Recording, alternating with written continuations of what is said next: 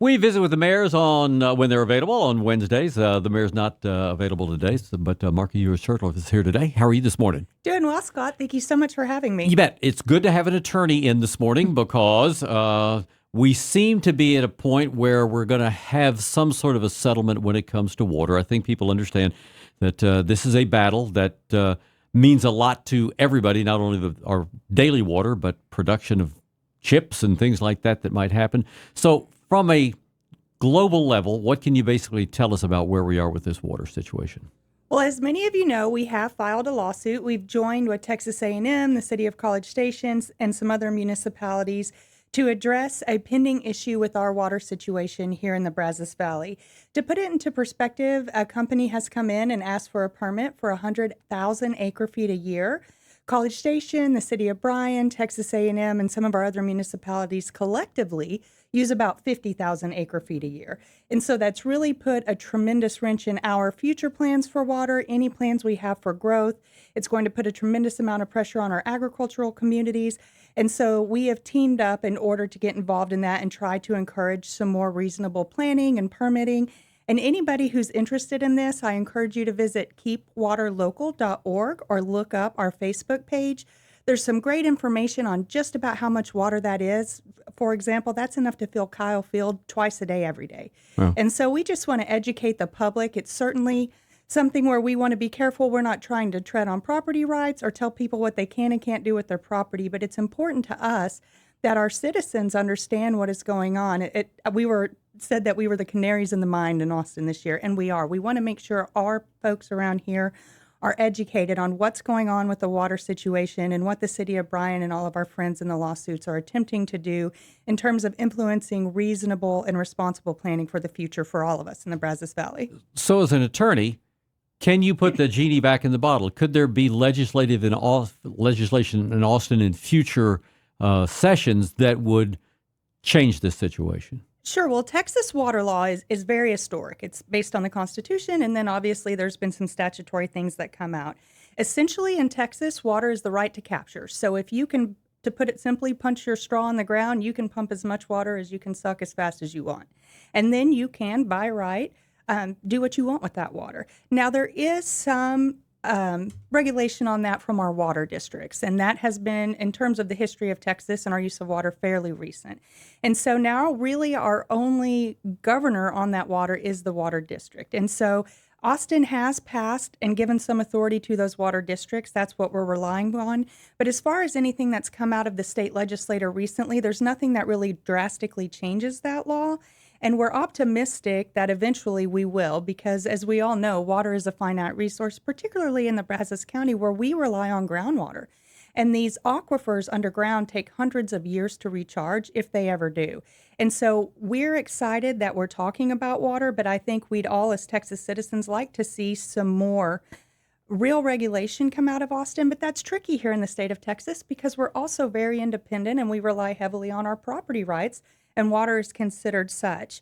We are happy that the state of Texas has invested $1 billion a year for the next 20 years in water infrastructure and different water projects. But as we discussed, that's quite an investment, and we're very grateful for it. But I think Texas as a whole, as a state, and particularly the legislator and the governor's office, really needs to get serious about water because, as I know all too well, being a water refugee from the Panhandle, once that Ogallala is gone, or that aquifer, whatever, it's gone. Your case, it's gone. In my case, it was the Ogallala, and right. so ours tapped out. Our wells gave us all they had to give, and you had a lot of farmers that could no longer sustain their way of life up there, and it gets more difficult every year in agriculture as it is. But you add that water factor in, and it's a real game changer. It's a legacy ender, and so we don't want to see that across the state. So both cities have wells in place, and they are producing right now.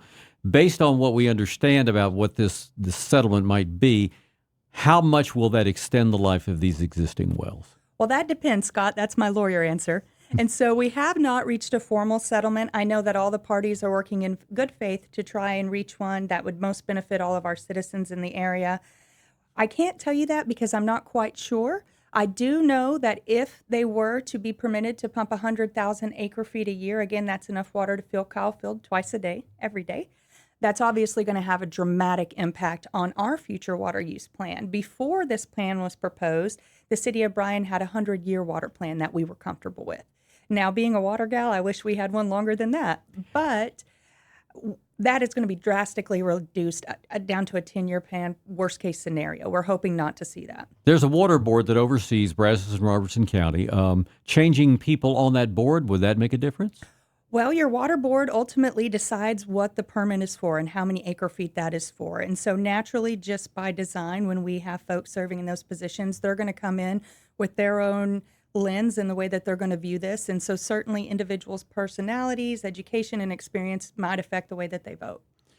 Let's move on to Midtown, the Shulman project. I think September the 1st was when that's supposed to be opened up and ready to go. How are we as far as that's going? Well, it's no secret construction has been delayed there. We've been having meetings and working with our partners at Shulman's Movie Bowl Grill, who have historically been great partners of the city. They are working to resume construction. On the city side, our boardwalk construction is still moving forward. Shulman's is not in breach of any agreement they have with the city of Bryan. For those who don't know, the city of Bryan and its citizens still own the land that the building is on. And so they have a long-term ground lease with the city of Bryan. They have not reached their contract with the city at this point. We're working with them to get construction up and running. We'd all love to see that thing open. Any other questions, I'd have to refer you to Shulman's and their attorneys as we work to get through this. But progress is being made on the boardwalk, and I know we're all very much looking forward to seeing that open. See, now she's just starting to sound like an attorney more and more. Let's go to City Council. Now, you got a fiscal year 26 budget that needs to be done. Where do we stand on that? We do. We have not started our budget meetings yet. Those are pretty lengthy and involved, and I'm looking forward to that. Bryan is sitting in a really wonderful position. We've talked how the historic growth is happening, economic development.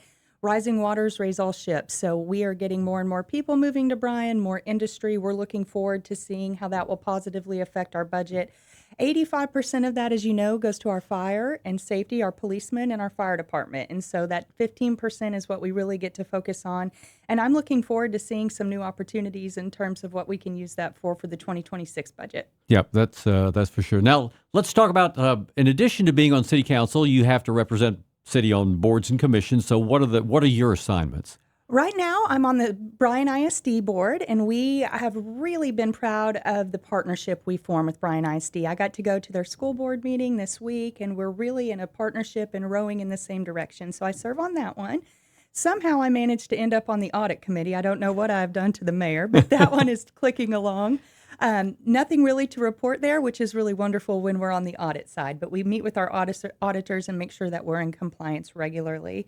And then I'm on the Bryan Business Council, which I really enjoy. That's more the economic development offshoot of the city. And so we're continuing to see more growth. We're having a live music festival in downtown Bryan in the fall, which I'm really excited about, something we've been working on. We also work closely with Coulter Airfield, and that's continuing to grow and generate interest. We've got a wonderful meeting space out there now that folks who fly into town for meetings are really starting to utilize, and that's been a great success. So I enjoy that service as well on that committee. I know members of the council were out in California last week. What have we heard about their week out there? I haven't got to catch up as much as I'd like. I did see the mayor last night. Congressman McCall was in town, and we were able to host him and catch up.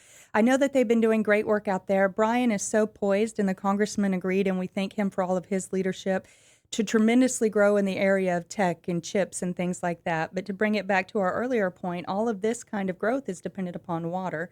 And so we're waiting to see how things play out. But I know our mayor and some of our staff was able to go out there and get even more ideas and talk with industry experts on that and how to implement that kind of growth here in the city of Bryan. Anything else this morning? No, we've got some fun events coming up, though. We have Maroon and White Night this Friday. There will be free Kona Ice, which I think is fantastic. It's hot out there, guys. And also some live music. And then we've got the Warbird Expo out at Coulter Airfield this weekend as well, if folks are looking to have some fun. All right. Thanks for the time this morning. Thank you, Scott. I appreciate it. You bet. Visit with folks in the city of Bryan on Thursdays.